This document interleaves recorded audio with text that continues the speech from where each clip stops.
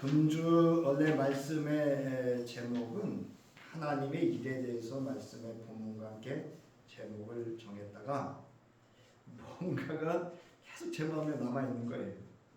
하나님의 뜻에 대해서 뭔가 더 증언해야 될 게 있을 것 같은 그런 느낌이 자꾸 있어서 말씀을 살피던 중에 오늘은 하나님의 뜻이란 무엇인가 말씀의 제목과 함께 10번째 나의 계명을 지키라라는 말씀의 제목을 가지고 오늘 본문과 함께 구약성서와 신약성서에서 이 나의 계명을 지키라고 하시는 하나님의 뜻을 어떻게 증언하고 또 기록하고 있는가를 살펴보고자 합니다.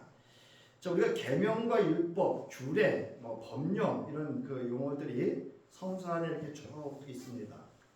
제가 이제 말씀을 찾아보니까 사실은 다 같은 맥락에서 하나님의 말씀이고 그 말씀을 지켜 행하는 데 있어서 어떤 우리 오늘날로 말하면 법과 제도적인 역할을 그렇게 표현하지 않았나 이렇게 봅니다. 자, 먼저 계명이란 무엇이냐라고 하는 겁니다. 그래서 계명이라고 하는 것은 규정과 법령과 법규라는 말로서 출애굽기 12장 14절에 먼저 이 단어가 사용이 되어졌습니다.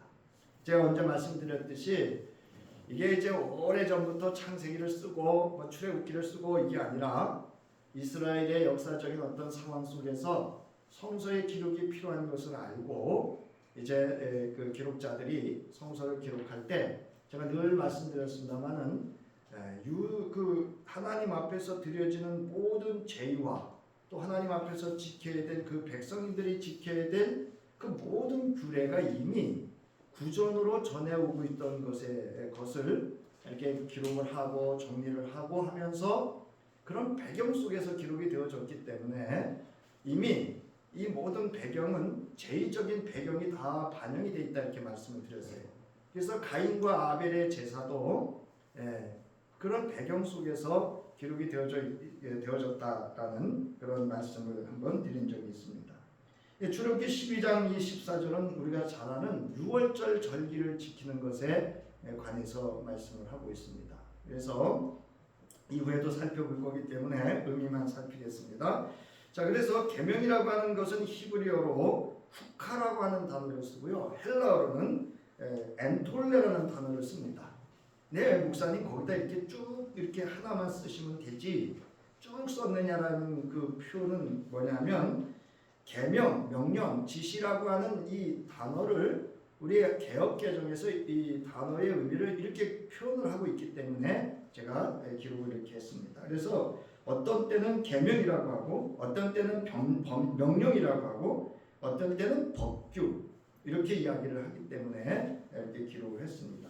따라서 이 계명이라고 하는 것은 하나님의 명령 또는 모세 율법의 계율, 훈계들을 포함하는 말 그대로 율법 또 유대 전승의 가르침 등을 가르치는 것으로서 특히 요한문서, 사도 요한문서에서 이 단어는 그리스도를 통해 계시하신 하나님의 계명에 대해서 사용하고 있다라고 하는 겁니다.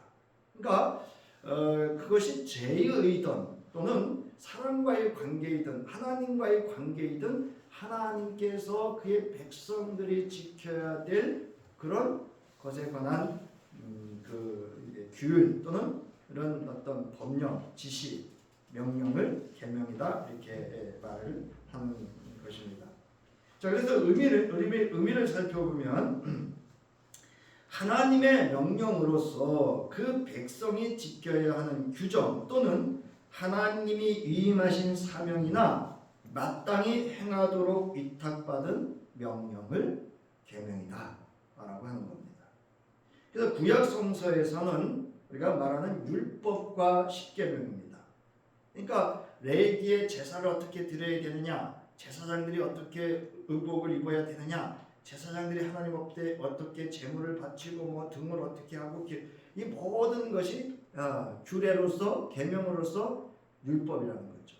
또 우리가 잘 알고 있는 십계명이 아주 대표적인 그런 구약 성서의 황금률이다 이렇게 말할 수 있습니다. 자, 신약 성서에서는 보다 광범위하게 하나님께서 예수 그리스도를 통해 성도에게 주신 모든 명령, 가르침을 의미합니다. 예수께서 계명의 근본 정신은 위로 하나님을 사랑하고 아래로는 이웃을 자기 몸과 같이 사랑하는 것이다 이렇게 말씀을 하셨습니다. 이게 율법에 예수님이 말씀하시는 구약 성서의 모든 율법의 근본 정신을 이렇게 말씀을 하셨습니다. 자, 그러면 또 율법이라는 표현을 쓰는데요. 율법이라는 단어는 아까 계명은 후카라고 하는 히브리어를 쓰는데 이 율법이라고 하는 단어는 히브리어로 토라라고 합니다. 토라. 그럼 여러분 토라라고 하면 우리가 잘 알고 있는 모세오경, 창세기서부터 출애굽기, 레위기, 민수기, 신명기에 이르는 그런 그 5권에 대한 것을 우리가 율법서 이렇게 말합니다. 자, 그래서 이 토라라고 하는 것은 여기도 나와 있지만 율법, 지시, 가르침, 교훈, 법령, 계명, 법, 관습 이렇게 번역을 합니다. 성서 안에서. 개역개정에서 이렇게 또 표현을 합니다. 자, 그 다음에 그래서 출애굽기 13장 9절에 보면 이것으로 내 손의 기구와 내 미간의 표를 삼고 그 유월절을 지켰을 때에 그것을 의미합니다. 여호와의 율법이 내 입에서 있게 하라. 이는 여호와께서 강하신 손으로 너를 애굽에서 인도하여 내셨습니다. 그래서 이 여호와의 율법을 이 율법이 내 입에 있게 하라고 하는 것은 늘 그 말씀을 되새김질하고 되새김질하라고 하는 것은 그것을 지켜 행하라라고 하는 하나님의 뜻을 밝히어 말씀하고 있는 겁니다. 자, 그러면 신약 성서에서의 율법은 노모스라고 하는 단어를 쓰는데요. 이건 오늘날 거의 같습니다. 법이라는 의미를 가지고 있고요. 그 다음에 규범이라고 하는 의미를 가지고 있습니다. 그래서 예수께서 요한복음 1장 16절로부터 17절에서 우리는 모두 그분에게서 넘치는 은총을 받고 또 받았다. 모세에게서는 율법을 받았지만 예수 그리스도에게서는 은총과 진리를 받았다라고 이렇게 이야기를 합니다. 그래서 이제 왜 이런 표현을 쓰는 그러니까 모세에게 있어서는 율법을 예수 그리스도에게는 은혜와 진리라는 표현을 썼을까라고 하는 겁니다. 이거는 이제 오늘 아주 중요한 표현인데 은혜는 하나님의 사랑을 말하고 있는 거고 진리는 하나님 예수 그리스도가 율법의 완성자이기 때문에 진리라는 겁니다. 그래서 이제 은혜와 진리라고 하는 것을 통해서 이제 우리가 그러므로 예수 그리스도를 나의 구주로 고백할 때 우리가 그럼에도 불구하고 하나님의 나라에 참여하는 하나님의 백성이 될 수 있는 은혜를 누릴 수 있다라고 하는 겁니다. 자, 그래서 이 율법이라고 하는 의미는 하나님의 백성으로 하여금 세상에서 거룩히 구별하여 살도록 하기 위해 하나님께서 친히 세우신 법을 말한다. 그러니까 하나님과의 관계에 있어서 또는 이웃과 그다음에 이웃은 그 유대 이스라엘 백성들을 말합니다. 자기들끼리 이웃이라고 해요. 그리고 그 외의 열방 이방을 향해서 구별된 하나님의 백성으로 살아가야 될 그런 법에 관해서 하나님께서 친히 세우신 법을 율법이다 이렇게 말합니다. 그래서 이 율법은 이스라엘 백성들에게 있어서는 정치, 문화, 종교 등 생활 전반을 지배하는 하나님의 거룩한 하나님의 명령으로 받아들였고 이거를 지켜 행하는 것이 마땅히 이스라엘 백성이 하나님에게 응당히 행해야 되는 지켜야 될 그런 규례로 지켰던 것으로 그들의 신앙을 표현했던 것을 우리가 알 수 있습니다. 자, 그래서 지키다라고 하는 의미인데요. 지키다라고 하는 그 오늘 본문의 10절에 나오는 지키다라고 하는 단어는 테레오라고 하는 그 헬라어를 쓰는데요. 보존하다 이런 뜻이에요. 말씀을 보존하다 또는 준수하다. 우리말로 말하면 이 준수하다라는 표현이 맞습니다. 근데 사실 우리가 준수하다는 표현을 잘 안 써서 그 의미를 깊이 이렇게 탁 받아들이기가 좀 어려운데요. 거기 나와 있듯이 준수하다라는 말은 규칙이나 명령, 법률 따위를 그대로 쫓아서 행하는 것, 보존하는 것을 의미합니다. 그러니까 안식일을 지켜라, 살인하지 말라 그러면 내가 그 말씀을 안식일을 지킴으로 보존하는 거고, 살인하지 않음으로 보존하는 게 지키는 거라는 겁니다. 그것이 이제 여기서 말하는 오늘 예수님이 말씀하셨던 내 계명을 지켜라 라고 하셨던 그 테레우라고 하는 그런 단어의 의미를 우리가 살펴보았습니다. 자, 그러면 오늘 본문 10절에서 예수께서는 제자들에게 이렇게 말씀하십니다. 너희가 내 계명을 지키면 내 사랑 안에 머물러 있을 것이다. 그것은 마치 내가 내 아버지의 계명을 지켜서 그 사랑 안에 머물러 있는 것과 같다. 여기서 예수님이 내가 내 아버지의 계명을 지켰다라고 하는 것은 이제 마태복음에 보면 내가 율법을 폐하러 온 것이 아니라 율법을 완성할 것이고 1.1획도 틀림없이 분명히 내가 다 이룰 것이다. 그래서 여러분 예수님이 십자가에서 죽으실 때 마지막 하셨던 말씀이 뭐죠? 다 이뤘다.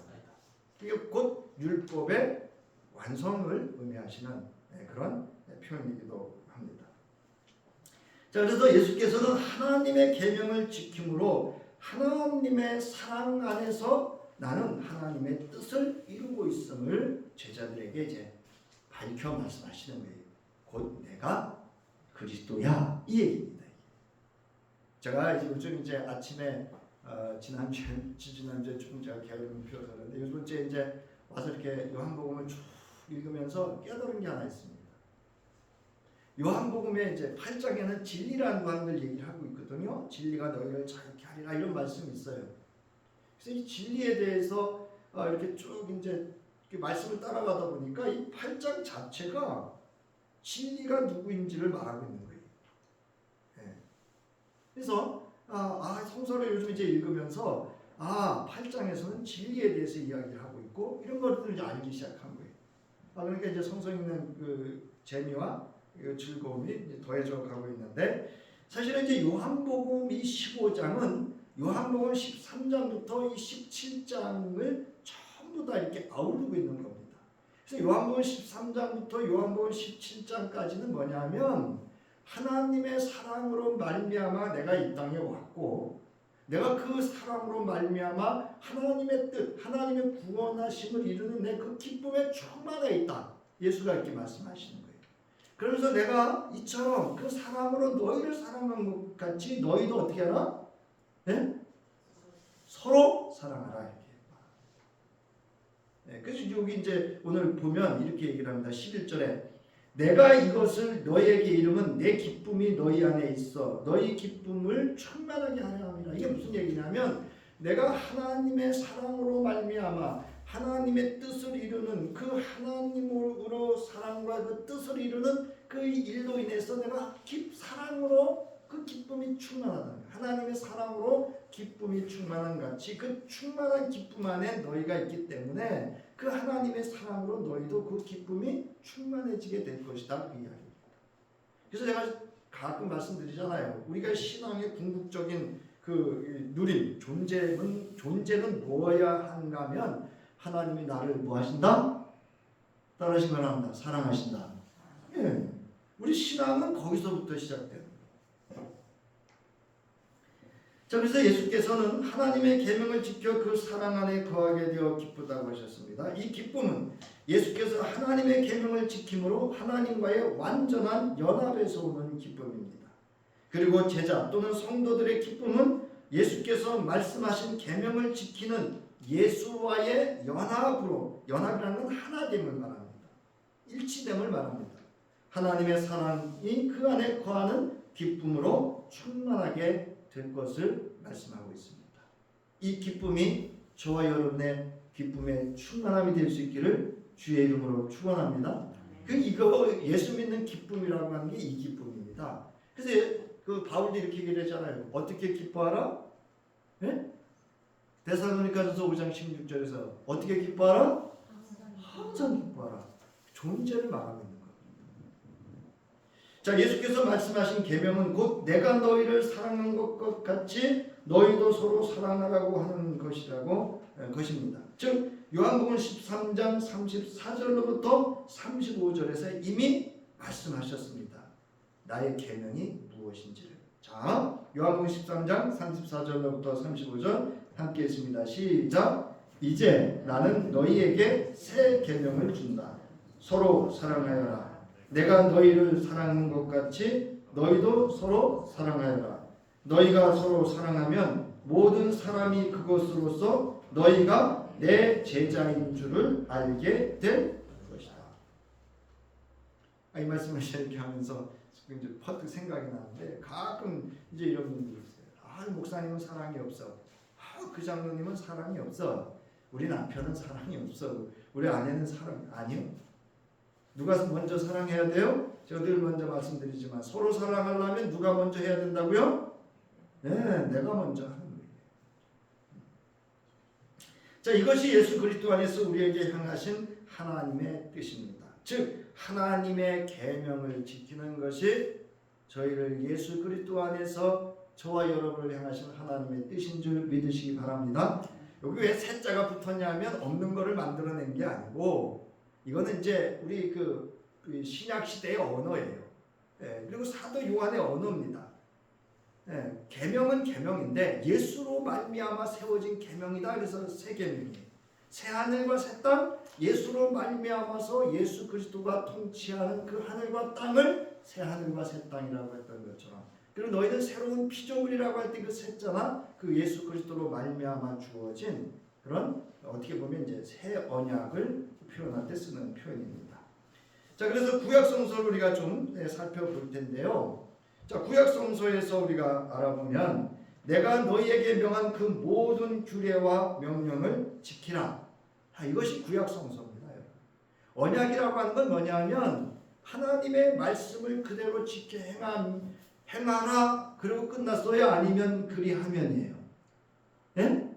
그리하면 붙잖아요. 그래서 여러분 하나님의 그 모든 명령과 규례는 곧 거기서 끝나지 않습니다. 반드시 언약으로 이루어져 있다라고 하는 걸 알 수가 있습니다. 자, 하나님이 주신 계명은 하나님의 백성의 생활과 행위에 관한 하나님의 명령 전체를 가리킵니다. 그러므로 이 계명은 이스라엘 백성의 정치, 문화, 종교 등 생활 전반을 지배하는 앞서 말씀드렸죠. 거룩한 하나님의 명령이고 뜻이었습니다. 따라서 구약시대 이스라엘 백성은 율법을 지키는 것으로서 여호와께 대한 자신들의 신앙을 나타냈습니다.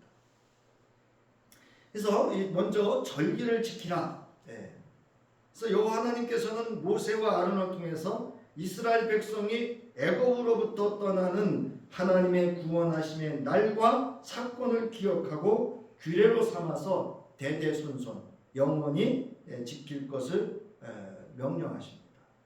이게 이제 계명이면서 곧 율법, 제도화시키는 거죠. 그래서 여러분 유대력은 이 6월절이 첫날입니다. 그들의 첫 해가. 그래서 여기 이제 출애굽기 12장 1절부터 14절에 보면 거기 나오죠. 2절에 너희는 이 달을 한 해의 첫 달로 삼아서 한 해를 시작하는 달로 하여라. 이렇게 되어 있습니다. 그래서 유대력은 6월절이 새해가 됩니다.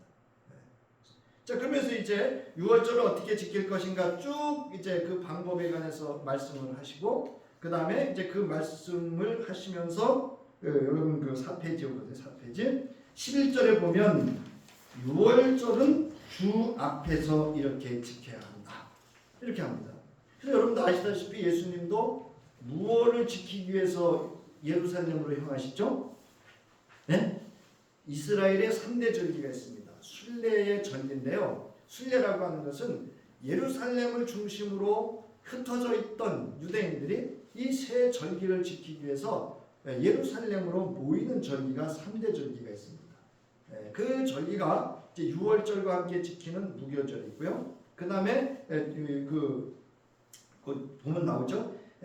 맥추절, 오순절 또는 칠칠절이라고 하는데 이 절기가 있고요. 그 다음에 초막절, 장막절, 수장절이라고 하는. 그래서 오늘날 우리에게 있어서는 이렇게 보시면 돼요. 부활절, 그 다음에 맥추절, 추수감사절 이렇게 보시면 돼요. 네.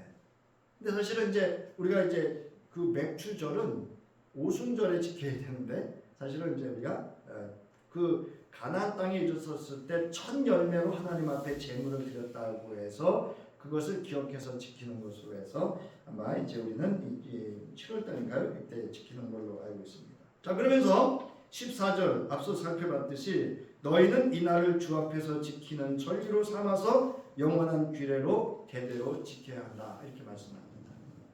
그래서 이 지키라고 하는 그 의미 속에는 그 제도화, 절기라고 하는 제도화를 통해서 하나님과의 관계를 이렇게 그 관계와 그 뜻을 또 그 명령을 지켜 행하도록 했던 것을 알 수가 있습니다. 자, 그다음에 이 모든 명령을 지켜 행하라. 신명기 8장 1절부터 6절에 우리가 이제 말씀을 중심으로 보면 하나님께서는 하나님의 백성이 지켜야 할 모든 명령을 언제든지 지키라고 지속적이고 반복적이고 거듭적이고 강조해서 말씀을 하십니다. 그리고 이를 지키면 복을 주시고 지키지 않으면 화가 있을 것이라는 언약의 말씀도 하십니다. 사실은 지키지 않으면 그 자체가 그냥 화예요. 뭐 하나님이 이렇게 심판하고 이건 징계지.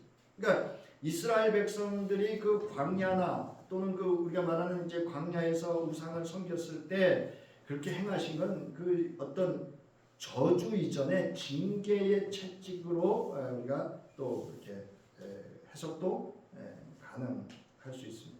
아무튼 여러분 신명기 8장 1절부터 6절을 잘 보세요.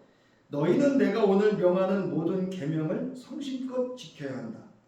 그래야 너희는 행복하게 살며 번성할 것이고 야훼께서 너희의 선조들에게 주겠다고 맹세하신 땅에 들어가 그 땅을 차지할 것이다. 여러분 하나님이 명령, 율법을 왜 주셨다고요? 계명을 왜 주셨다고요? 너희가 어떻게 살고요? 행복하게 살고 번성하게 하시고 약속된 땅을 차지하게 하시기 위함입니다. 그러니까 여러분 하나님이 궁극적으로 계명을 주신 것은 심판의 목적이 있지 않습니다. 자, 그러면서 이제 광야에서 너희를 고난과 연단 중에 이렇게 시험한 것은 사람이 뭐로만 사는 것이 아니고 빵으로만 사는 것이 아니고 거기 나와 있듯이 여호와의 입에서 떨어지는 말씀을 따라야 산다는 것을 너희에게 가르쳐 주시기 위함이다. 즉 여러분 하나님의 입에서 나오는 모든 말씀은 뭐죠? 명령이죠. 계명이고 율법입니다. 자, 그러면서 이제 그 5절에 너희는 하나님 야훼께서는 사람이 자기 자식을 잘되라고 고생시키듯이 그렇게 너희를 잘되라고 고생시키신 것이니 이를 마음에 새겨두어라. 너희는 너희 하나님 야훼를 경외하여 그의 계명을 지키고 그가 보여주신 길만을 뭐하도록 하여라? 따라가도록 하여라. 이게 하나님의 뜻입니다. 여러분 공동번역 개정판이라서 카톨릭 용어들이 사용되어졌습니다. 아무튼 자, 이처럼 신자들에게도 고난과 역경이 삶 가운데 내 뜻과 상관없이 찾아올 때가 있습니다. 그럴 때 하나님을 향하여 원망하고 불평하며 그 관계를 소홀히 하거나 멀리 할 것이 아니라 하나님의 말씀 안에서 그 말씀을 믿음으로 잘 지켜 행하며 더욱더 하나님을 가까이 해야 합니다. 그러니까 멀리 갔더니가 아니고요. 점점 더 어렵고 이게 어떤 살아보면 이해가 안 되잖아요. 여러분 이해가 안 되면 거기에도 하늘의 뜻이 있을 수 있어요. 이건 잘 또 갖다 붙여야지 잘못하면 또 오해할 수도 있습니다. 아무튼 자 그리하면 하나님께서 그에게 가까이 하신다고 야고보는 증언했습니다. 이렇게 어려움 중에도 하나님을 경외하고 그의 계명을 크게 즐거워하고 지켜 행하는 사람은 복이 있다고 시편 기자는 증언하고 있습니다. 야고보는 이렇게 말합니다. 하나님을 가까이 하면 하나님도 가까이 하신다. 자, 우리 시편 112편 1절부터 3절 함께 읽겠습니다. 시작. 할렐루야. 주님을 경외하고 주님의 계명을 크게 즐거워하는 사람은 복이 있다. 그의 자손은 이 세상에서 능력 있는 사람이 되며 정직한 사람의 자손은 복을 받으며 그의 집에는 부귀와 영화가 있으며 그의 의로움은 영원토록 칭찬을 받을 것이다. 여러분, 우리 이제 가끔 이런 표현 쓰죠. 아유, 법 없이는 살지 그분들 자식들이 잘 되든가요, 안 되든가요? 대부분 잘 돼요. 근데 그 인간은 법 없으면 못 살아. 이러면 그 집안 잘 되든가요? 여러분, 여기 지금 나와 있듯이요, 세상이 있지도 그렇습니다. 하물며 주를 경외하고 그 계명을 즐거워하는 사람에게는 시편 122편 2절로부터 3절에 복이 임하는 줄 믿으시기 바랍니다. 우린 사실은 예수 믿는다는 거 이 기쁨과 즐거움으로 사는 겁니다. 자, 그러면 규례를 지키지 않았을 때입니다. 그 대표적인 사건이 뭐 여러 성서에 여러 개 있지만 여호수아서를 보면 우리가 좀 알 수 있는데요. 자, 이제 그 모세가 목세를 통해서 광야를 거쳐서 이제 그 요단강에 이르렀을 때 그 전에 이제 모세가 죽잖아요. 근데 이제 하나님께서 그 여호수아에게 나타나셔가지고 새 언약을 맺습니다. 그러니까 이제 그 모세와 맺은 언약이 있거든요. 근데 이제 여호수아를 통해서 새로운 언약을 맺습니다. 그 언약이 뭐냐면 여기 이제 여호수아서 1장 1절부터 2절에 보면 야훼의 종 모세가 죽은 다음이었다. 야훼께서 눈의 아들이자 모세의 부관인 여호수아에게 말씀하셨다. 내 종 모세가 죽었다. 그러니 너는 이제 이 모든 백성을 거느리고 떠나 이 요르단 강을 건너 내가 이스라엘 백성에게 주는 땅으로 들어가거라. 이게 지금 계약한 거예요. 언약을 맺는 겁니다. 자, 그러면서 내 평생에 아무도 네 앞길을 막지 못할 것이다. 내가 모세의 곁을 떠나지 않았던 것처럼 내 곁을 떠나지 않고 너를 버리지 아니하리라. 힘을 내고 용기를 가져라. 내가 이 백성의 선조들에게 주겠다고 맹세한 땅을 차지하여 이 백성에게 나누어질 사람은 바로 너다. 용기 100배 있는 힘을 다 내어라. 그래서 내 종 모세가 너에게 지시한 모든 법을 뭐 하지 말고요? 한눈 팔지 말고 성심껏 지켜라. 그리하면 네가 하는 모든 일이 뜻대로 되리라. 이 책에 있는 법이 네 입에서 떠나지 않게 밤낮으로 되새기며 거기에 적혀있는 것을 어김없이 성심껏 실천하여야 한다. 그렇게만 하면 네 앞길이 열려 모든 일이 뜻대로 되리라. 너는 내 명령을 듣지 않았느냐? 힘을 다 내고 용기를 가져라. 두려워서 무서워 떨지 마라. 내가 어디로 가든지 내 하나님 야훼가 너를 떠나지 아니하리라. 이 성심이라는 말은 사실 가톨릭에서 많이 쓰는 말이에요. 자, 그런데 여러분이 이제 아시다시피 요단강을 건너고요, 그죠? 그 다음에 여리고성을 점령합니다. 여리고성은 인간의 그 어떤 그 능력으로는 점령할 수 없음에도 불구하고 이제 하나님께서 그 여리고성을 돌게 하시고 그러면서 이제 점령을 합니다. 근데 그 견고하고 아주 탄탄했던 그 여리고성을 점령했던 이 이스라엘 백성들에게 그거보다도 아주 작고 정탐을 해보니까 능히 이길 수 있어요. 그랬더니 아이성에 들어갔다가 참패를 합니다.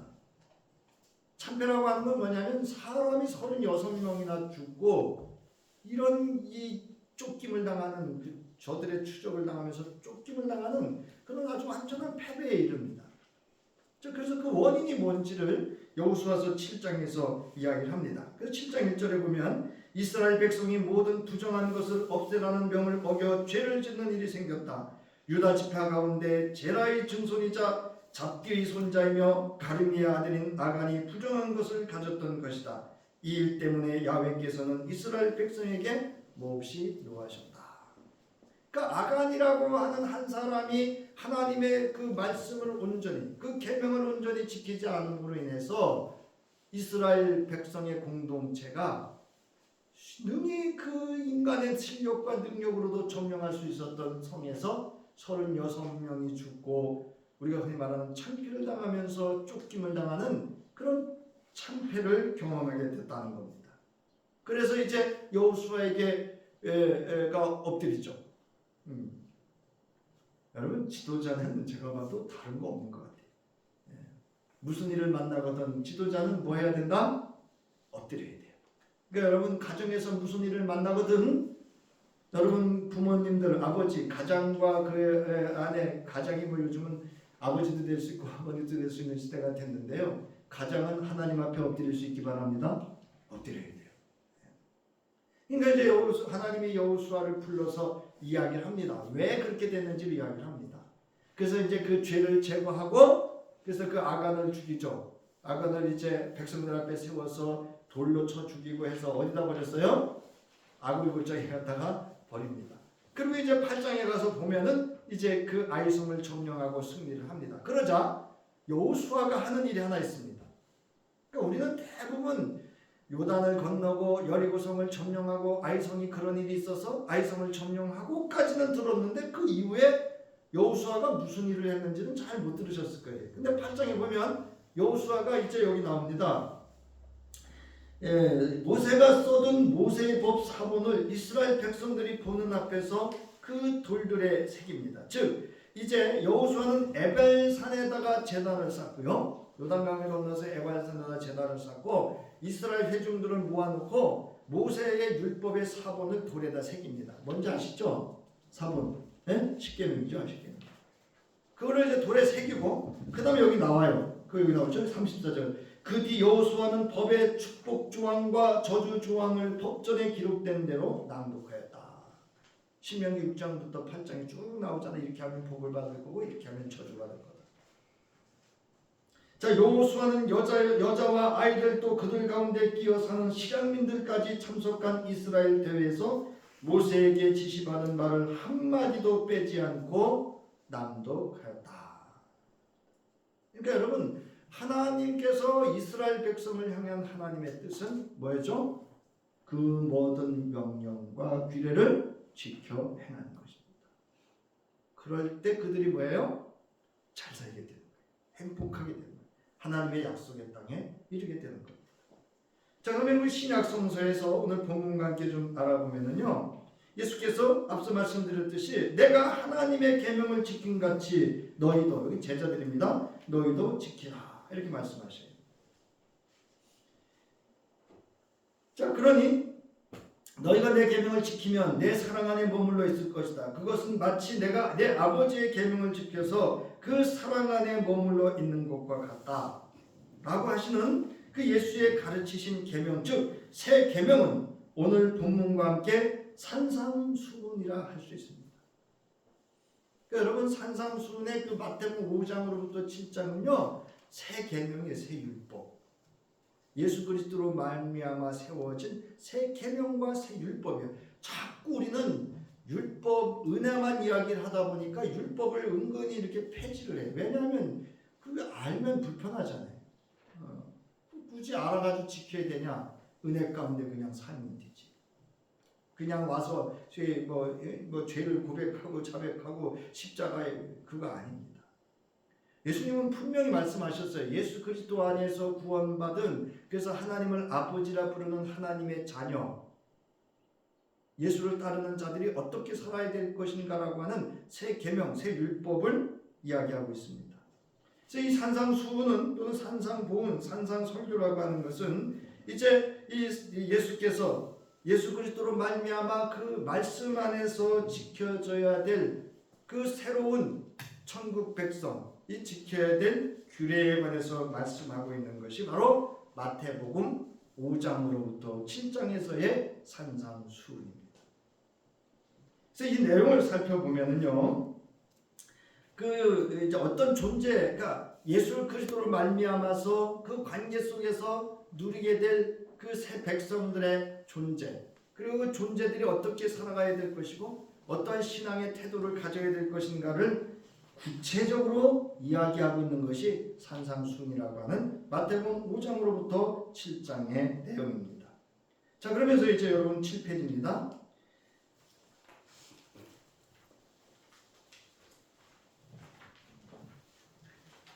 앞서 말씀드렸듯이 예수께서 이렇게 계명들을 온전히 지키라고 하시는 그 이유는 예수가 율법을 폐하러 오신 것이 아니고 율법의 완성자이기 때문이라고 말씀하십니다. 또한 이는 예수 그리스도 안에서 이루어지는 새 시대의 새 백성이 지켜야 하는 법과 규명이에요. 그리스도 예수 안에서 우리 편으로 잘 살려면 지켜야 된다는 거예요. 그러니까 믿음의 사람이 어떻게 살아야 되는가를 이야기하고 있다는 거예요. 그래서 여러분, 예수 믿고 우리가 성장하고 성숙해지는 변화가 없는 건 마태복음 5장 7장의 그 산상수훈을 지키지 않기 때문에 그렇습니다. 자, 그러면서 이제 마태복음 7장 24절부터 27절에서 예수님이 이렇게 말씀하십니다. 그러므로 지금 내가 한 말을 듣고 그대로 실행하는 사람은 반석 위에 집을 짓는 슬기로운 사람과 같다.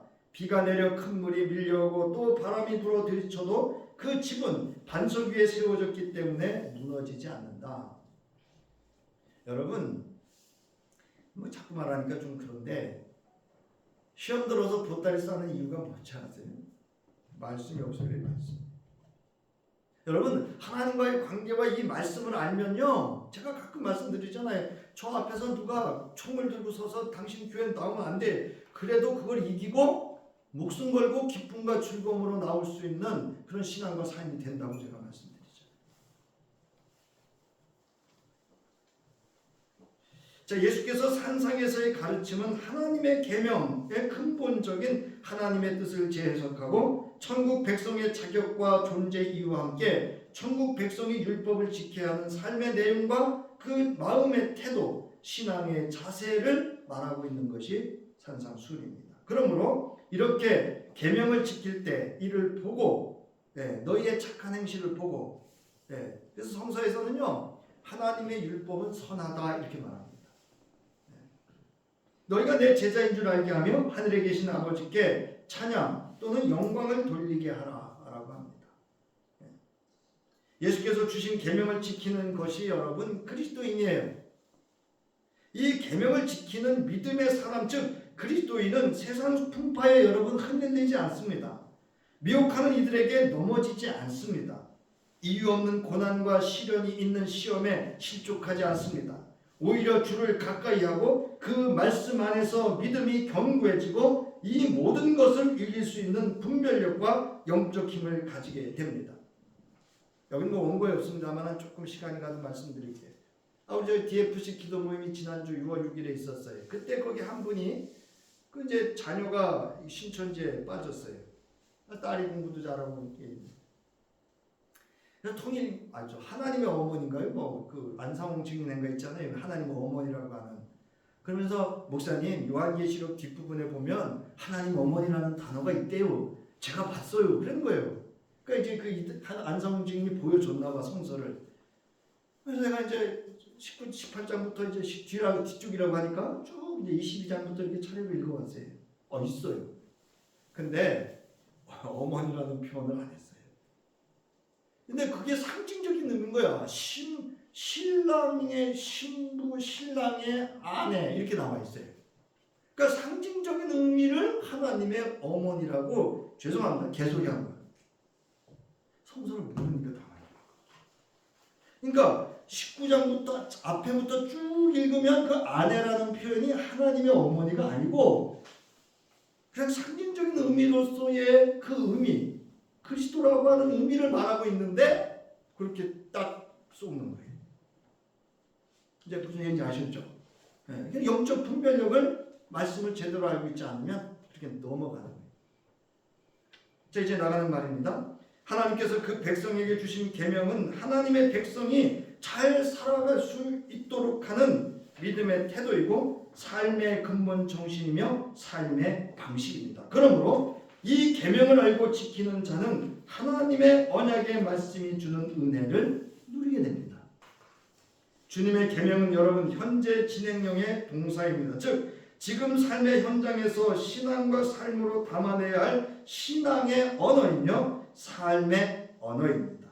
오늘 주님께서는 하나님의 계명을 지킴으로 그 사랑 안에 거함으로 기쁨이 충만하고 그러므로 주께서 주신 곧 내가 너희를 사랑하는 것 같이 너희도 서로 사랑하는 새 계명을 지키면 주 안에서 누리게 되는 하나님의 사랑으로 기쁨이 충만하게 될 것이라 말씀하셨습니다.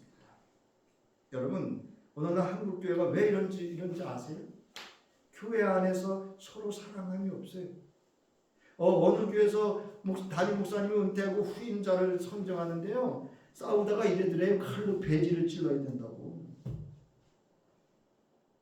그 이야기를 들은 제 처남이 충격을 받아가지고요. 아니 그 처남뿐만이 아니죠. 그게 말이 됩니까? 여러분, 사랑은 이렇게 다 들춰내서, 우리 속된 말로 까발리라 그랬어요. 사랑은 허물을 덮으라 그랬어요. 예? 그러니까 여러분, 자녀들 앞에서 남편이나 아내나 자식의 이런 흉을 여러분 들춰내지 마세요. 자식들이 뭐라 해도 덮어주시고요. 네, 그래도 아버지야, 그래도 어머니야, 그래도 내 자식이야. 여러분, 계명을 여기 나오죠. 이 세 계명은 그리스도 공동체인 교회와 성도가는 물론 가정에서나 이웃 그리고 사회에서도 지켜내야 할 계명입니다. 계명을 지키는 것은 예수 그리스도 안에서 그리고 그 말씀 안에서 제자 성도를 향한 하나님의 뜻입니다. 계명을 지켜 여러분 구원에 이르는 것이 아닙니다. 여러분, 하나님의 구원받은 성도가 마땅히 그리스도 예수 안에서 잘 살고 행복하고 하나님이 이루실 언약을 성취받기 위해서 하나님이 주신 복되신 말씀이 여러분 계명인 줄, 율법인 줄 믿으시기 바랍니다. 네, 이거 바로 알고 있어야 돼요. 여러분, 그 중간은 생략하고요. 자, 오늘날 성도가 예수 그리스도의 새 계명을 배우고 기억하고 이를 온전히 지켜야 하는 믿음의 이유가 여러분 여기에 있습니다. 이제 주님께서 말씀하신 새 계명을 지키는 교회 공동체이고 여러분 가정이 되어야 돼요. 가정에서도 하나님의 말씀, 율법이 지켜져야 돼요. 네. 이건 이웃과 사회에서도 마찬가지예요. 그래서 우리 속에 하나님의 사랑으로 인한 충만한 기쁨과 진리를 아는 참 자유를 누릴 수 있어야 돼요. 여러분, 율법을 명령을 지키면 여러분 자유합니다. 여러분, 우리 이 땅에 자유가 유지될 수 있는 건 뭐가 있어서 그렇죠? 네? 법이 있어서입니다. 여러분, 우리 이 땅에 법이 없어 보세요. 자유를 누릴 수 있나? 행복을 추구할 수 있나? 없습니다. 여러분. 그러니까 하나님께서 우리에게 계명을 주신 것은 뭐 하는 것이다? 하나님의 백성으로 잘 살고 행복하고 그 언약을 성취하고 누리게 하시기 위함입니다. 하나님의 아주 사랑으로 우리에게 주신 뜻입니다. 이제 시편 1편 1절부터 6절의 말씀을 읽고 마칠 텐데요. 여러분, 말씀을 읽는 중에 주의 음성을 들을 수 있기를 바랍니다. 함께 읽습니다. 시작. 복되어라. 악을 꾸미는 자리에 가지 아니하고 죄인들의 길을 거르지 아니하며 조수하는 자들과 어울리지 아니하고 야훼께서 주신 법을 낙으로 삼아 밤낮으로 그 법을 되새기는 사람, 그에게 안 될 일이 무엇이랴. 냇가에 심어진 나무 같아서 그 잎사귀가 시들지 아니하고 제 철을 따라 열매 맺으리. 사악한 자는 그렇지 아니하니 바람에 까불리는 겨와도 같아 야훼께서 심판하실 때에 머리조차 들지 못하고 죄인이라 의인들 모임에 끼지도 못하리라. 악한 자의 길은 멸망에 이르나 의인의 길은 여호와께서 뭐 하신다? 그 보살핌이 있는 여호와의 계명을 지켜서 하나님의 뜻을 이루는 저와 여러분 될 수 있기를 주의 이름으로 축원합니다. 우리에게 계명을 주시고 지키는 자를 살피시고 잘 살게 하시고 안 되는 일이 없게 하시고 복되게 하시고 행복하게 하시는 하나님의 무한하신 사랑과 모든 율법을 완성하시기 위하여 십자가에 죽어주시고 부활하셔서 우리에게 새 계명을 주신 우리 주 예수 그리스도의 구속의 은혜와 이제 그 계명을 지켜 하나님의 뜻을 이루며 살아갈 때에 분별력이 되어주시고 힘이 되어주시고 지혜가 되어주실 성령의 감동감과 역사 함께 하심이 이제 하나님의 계명을 지켜 그 계명 가운데 주신 언약의 말씀을 성취하며 기쁨 중에 살아갈 저희들 가정과 기업과 모든 삶 위에 이제로부터 영원히 성삼위 하나님이 함께 하시기를 간절히 축원하옵나이다. 아멘.